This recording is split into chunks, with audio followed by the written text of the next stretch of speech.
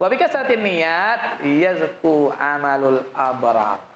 Nah, dengan banyak niat akan menjadi bersih amalnya orang-orang yang baik amal ataupun bisa berkembang menjadi amal-amal orang yang baik. Maka kita harus banyak niat.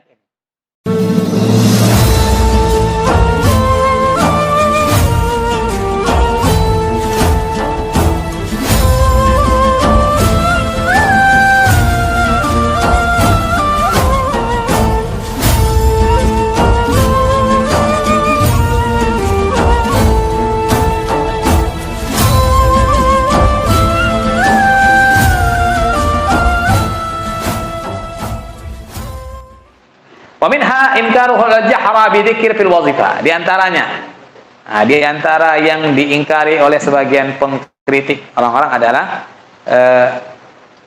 mengeraskan suara dalam berzikir ketika wazifah. Ada sebagian yang mengkritik Thariqah Tijaniyah, Syekh Ahmad Tijani radhiyallahu anhu, para muridnya. Kenapa kok ketika berzikir bacanya keras-keras? Kenapa tidak pelan-pelan aja? Berisik lah, mengganggu semuanya. Nah, kenapa mengeraskan suara ketika wazifah? Wa hailala asri yaumil Jumat, dan hailala di sore hari Jumat. Dan terbuka. Para Tijani kan terbuka, tidak tertutup. Kalau sebagian thariqah lain kan mereka zikirnya pelan-pelan. Ataupun kalau ada jamaah ya tertutup, tidak sampai terdengar suaranya. Kalau para ikhwan Tijani kan terbuka dan terdengar. Wa yuraddidu ma awradahu al-hafidh wa yarudduhu ma awradahu al-hafidh as-Suyuti fi natijatil fikr min fatawihi min qauli sallallahu alaihi wasallam. Apa yang kritikan orang tersebut dibantah oleh hadis yang telah diriwayatkan oleh al-Hafidh Imam Suyuti dalam kitab Natijatul Fikr. Di antara fatwa-fatwa beliau dari sabda Nabi sallallahu alaihi wasallam tentang mengeraskan suara ketika berzikir ini. Aksiru dzikrallah hatta yaqulu majnun. Perbanyaklah berzikir kepada Allah sampai mereka mengatakan orang gila. Karena saking selalu berzikir sehingga dikatakan orang gila. Wasaqa ghairuhu min ahadis, dan selain beliau Imam Suyuti juga menggiring dari beberapa hadis min ahadisil jahad, dari hadis-hadis mengeraskan suara ketika berzikir. Ada lagi selain Imam Suyuti membawakan banyak hadis tentang anjuran mengeraskan suara ketika berzikir. Itu maqalah. Kemudian beliau mengomentari, Imam Suyuti mengomentari hadis Nabi ini, wa idza ta'ammalta ma auratna minal ahadis alimta min majmu'iha annahu la karahata albattata fil jahl bi dzikir. Jika engkau renungkan, engkau cermati apa yang telah kami riwayatkan dari hadis-hadis yang menerangkan tentang anjuran mengeraskan suara ketika berzikir, niscaya engkau akan tahu dari kumpulan semua hadis-hadis tersebut, engkau akan tahu bahwa tidak makruh, tidak ada kemakruhan sama sekali, albattata, sama sekali tidak makruh mengeraskan suara ketika berzikir. Apalagi haram, makruh aja enggak ketika mengeraskan suara ketika berzikir. Bal fihi ma yadullu ala istihbabihi imma sarihan wa imma iltizam. Bahkan dalam mengeraskan suara itu ada dalam hadis-hadis tersebut ada yang menunjukkan atas dianjurkan, baik secara jelas ataupun secara mengharuskan untuk dianjurkan. Bahkan dianjurkan, hadis-hadis tersebut memberikan isyarat anjuran untuk mengeraskan suara ketika berzikir. Ini kata Imam Suyuti dalam salah satu fatwanya. Qala, kemudian beliau Imam Suyuti menyebutkan, wa amma mu'aradatuhu bi hadis. Adapun penentangannya dengan hadis, mu'aradah, penentangannya dengan hadis, khairul zikir al-khafi. Sebaik-baik zikir adalah zikir yang khafi, yang tidak keras suaranya, zikir yang tersembunyi, yang cukup dia mendengar, yang samar. Bahwa naziru mu'aradatihi hadisul jahr bil Quran. maka dia hadis tersebut perbandingan penentangannya itu hadis mengeraskan suara membaca Quran dengan hadis al-musir bil Quran kal musir bis sadaqati. Orang yang pelan membaca Quran itu seperti orang yang sembunyi-sembunyi dalam bersedekah. Orang yang baca Quran dengan pelan, tidak keras suaranya, itu seperti orang yang bersedekah secara sembunyi. Waqad jama'an Nawawi rahimahullah. Nah, ini dalam hadis ini secara zahir hadis ini seakan-akan ada pertentangan. Waqad jama'an Nawawi, Imam Nawawi rahimahullah telah mengumpulkan bainahuma di antara kedua hadis ini bi anal ikhfa afdal haitsu khafa ar-riya au ta'adza bihi musallun au niyam. Bahwa memelankan suara ketika baca Quran, di sisi lain kan ada yang hadis yang mengatakan memerintahkan mengeraskan suara ketika baca Quran. Tapi hadis ini malah mengatakan membaca Quran dengan pelan itu seperti bersedekah dengan sembunyi-sembunyi. Artinya membaca Quran dengan pelan lebih afdal. Maka Imam Nawawi mengumpulkan antara kedua hadis ini, bahwasanya memelankan suara membaca Quran itu lebih afdal ketika orang yang baca itu takut nanti riya. Takut ada riya, kalau sampai didengar nanti bisa timbul riya dia umpamanya. Ataupun mengganggu orang yang sedang sholat. Umpamanya dia baca Quran, ada orang yang sedang sholat, sehingga dia pelankan suaranya, khawatir nanti mengganggu. Ataupun ada orang yang tidur di situ, ada orang yang tidur, takut terganggu orang yang tidur itu, maka dia pelankan suaranya. Ketika dalam posisi ini memelankan suara ketika baca Quran itu lebih afdal karena khawatir mengganggu orang sholat atau mengganggu orang yang lagi tidur. Wal jahru afdal, mengeraskan suara lebih afdal dalam selain hal itu. Kalau tidak khawatir riya, tidak mengganggu orang yang sedang sholat, tidak mengganggu orang yang sedang tidur, maka membaca Quran dengan keras itu lebih afdal. Li'annal amal fihi aksar, karena amal dalam mengeraskan suara itu lebih banyak. Lebih banyak.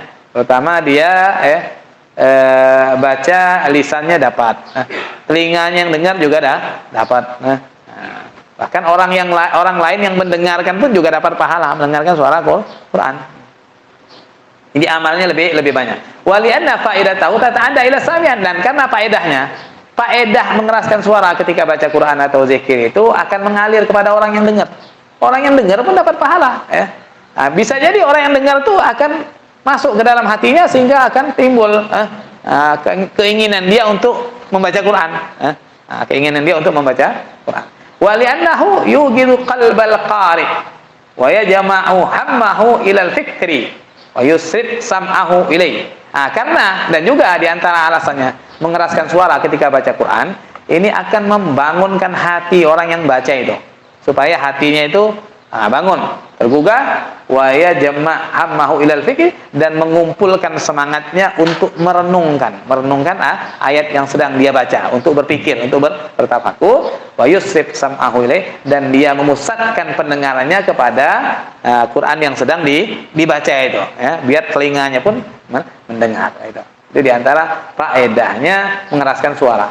Wa yatrudun naum, dan juga untuk mengusir tidur. Supaya tidak tidur. Kalau suaranya keras dia tidak tidur. Kalau pelan nanti bisa ketiduran.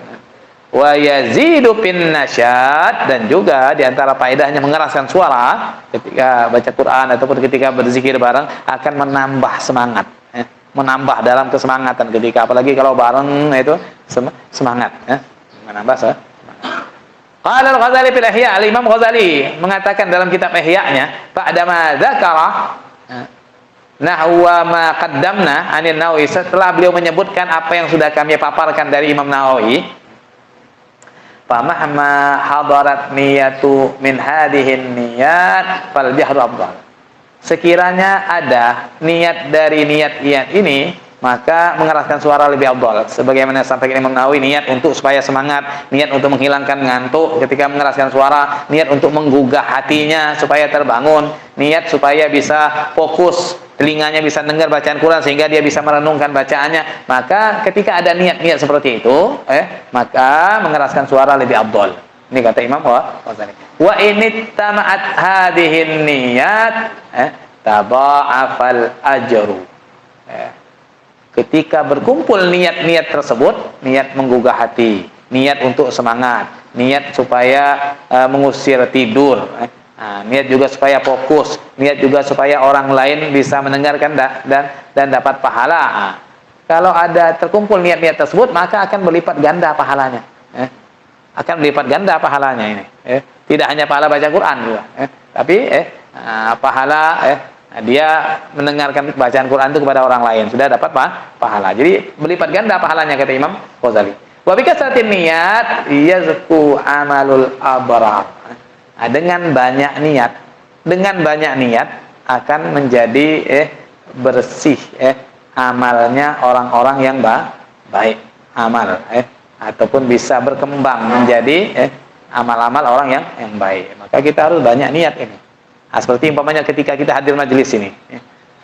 Kalau kita niat, umpamanya pertama niat ziarah kepada Rasulullah, niat ziarah kepada para sahabat, khulafaur rasyidin. Ketika kita berangkat dari rumah itu, niatkan niat ziarah Rasulullah, niat ziarah sahabat, niat ziarah Syekh Ahmad Tijani, niat ziarah silaturahmi sama para ikhwan, niat ngaji, niat nolong orang kalau umpamanya ada orang butuh bantuan, niat ifadah, niat istifadah, niat nafa, wala niat intifa. Dengan banyak niat, kita hadir di sini sudah banyak pahala yang kita raih dengan niat. Kalau kita hanya niat sekedar niat baca wazifah dan ngaji itu dapat 2 cuman. Tapi kalau kita gabung dengan niat-niat lainnya, niat sedekah, niat nolong, walaupun niat-niat tersebut tidak kita lakukan, tetapi pahalanya sudah ditulis oleh Allah SWT. Itu dalam hadis Nabi, niatul mu'min khairun min amali. Niat seorang mukmin itu lebih baik daripada amalnya. Karena niat itu tidak akan ada unsur-unsur riaknya kalau orang niat. Karena ada dalam hatinya saja. Kalau kita amal mungkin terkadang ada ujub, ada riya. Tapi kalau niat, insya Allah bersih. Dan niat baik, orang ketika niat itu sudah dicatat oleh Allah SWT, walaupun tidak dilakukan, walaupun dia tidak sempat dilakukan. Itulah yang dilakukan para as-salafun as-shalihin. Tidak mereka keluar dari rumah kecuali mereka berniat dengan berbagai macam niat. Ketika melangkah, mau keluar kemana saja, mau ke pasar, mau kerja, mau ngajar, mau ngaji, mau silaturahmi, mereka pasang banyak niat, banyak niat pokoknya. Niat nolong orang ketika di jalan, niat bersedekah, niat ngaji, niat zikir, niat memberikan manfaat pada orang lain. Pokoknya diniatkan semua. Walaupun niat-niat tersebut tidak dilakukan, umpamanya. Hanya beberapa yang dilakukan, itu sudah dapat pahalanya. Wa tatadha'af ujuruhum, dan akan berlipat ganda pula pahala mereka. Ketika niatnya itu banyak, maka pahalanya pun akan berlipat ganda. Wa fi Miftahil Falah li Ibnu Athaillah As-Sakandari, dan dalam kitab Miftahul Falah yang ditulis oleh Ibnu Athaillah As-Sakandari, yang teksnya bunyinya, wa in kana dzakirun jama'atan fal aula fi haqqihim ayyarfa'u aswatahum bidzikr ma'a tawafuqil aswat bi tariqatin wahidah mauzunah. Jika orang yang berzikir itu dengan berjamaah zikirnya, maka yang lebih utama, kata Syekh Ibn Atta As-Sakandari, lebih utama bagi mereka, bagi orang yang zikir jamaah, hendaklah mengeraskan suaranya, mengangkat suara, mengeraskan suaranya dengan zikir yang mereka baca, tetapi dengan suara yang satu, suara yang satu, jangan ada yang tinggi rendah, ini tinggi ini rendah, ataupun ini nada yang imamnya nadanya beda, makmum nadanya beda, akhirnya tidak ada tawazun jadinya. Dengan satu cara, dan dengan suara yang satu, jangan sampai makmumnya itu melebihi suara imam, jadi mengikuti imam, mengikuti nadanya imam sudah. Umpamanya di antara makmum ada yang biasa nada beda. Ketika dia mengikuti seorang imam, ikutilah nada imam, jangan mempertahankan nadanya sendiri. Nah, harus mengikuti nada yang biasa dibaca imam itu. Supaya ada tawazun itu. Supaya satu suara enak didengar kalau satu suara. Tapi kalau ini suara sebelah sana suaranya beda, sebelah sini suaranya beda, imamnya beda pokoknya, akhirnya semraut bunyinya. Nah, jadi itu yang dikatakan oleh Syekh Ibn Atta Askandari, lebih afdal, lebih utama bagi orang yang berzikir secara jamaah untuk mengeraskan suara, tetapi dengan satu suara, dengan satu suara.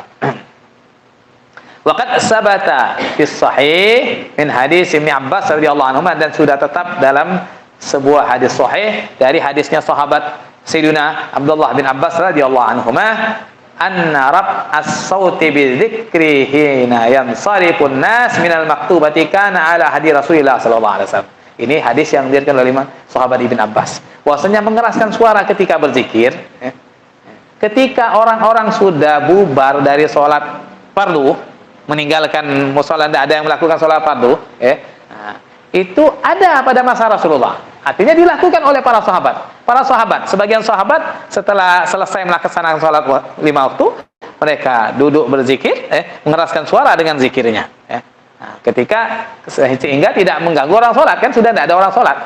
Nah, itu ada pada masa Nabi. Nah, jadi para sahabat juga melakukan berzikir dengan mengeraskan suara pada masa Nabi ini. Tapi setelah sholat 5 waktu, sehingga orang-orang yang sholat tidak terganggu. Ini yang disampaikan oleh sahabat Abdullah bin Abbas dalam hadis sahih. Wa qala sallallahu alaihi wasallam bima yarwi an rabbih, dan Rasulullah SAW telah bersabda pada hadis yang beliau riwayatkan dari Tuhannya, ini hadis qudsi, man dzakarani fi mala'in dzakartuhu fi mala'in khairun min fi mala'i khairin minhu. Barang siapa yang mengingat aku dalam sebuah keramaian, tempat yang ramai, mungkin zikir bersama-sama, maka aku juga akan mengingatnya dalam sebuah tempat keramaian, fi mala'in khairin min, yang lebih baik dari keramaian. Seperti kita menyebut Allah, berzikir di sebuah tempat di musholah ini, kan rame-rame ini. Allah pun membanggakan kita di hadapan para malaikat, menyebut nama kita di hadapan para malaikatnya. Karena bangga, merasa senang. Itu yang sebelumnya sudah saya sampaikan dalam sebuah hadis ini Imam Tirmizi, di antara fadilah zikir berjamaah ini, zakarahumullah fi man'in, Allah menyebutkan mereka, orang-orang yang sedang berzikir itu, yang sedang memuji Allah, menyebut nama Allah di hadapan para penghuni langit, di hadapan para orang-orang yang ada, para makhluk yang ada di sekitar Allah Subhanahu wa taala, dibanggakan oleh Allah Subhanahu wa taala.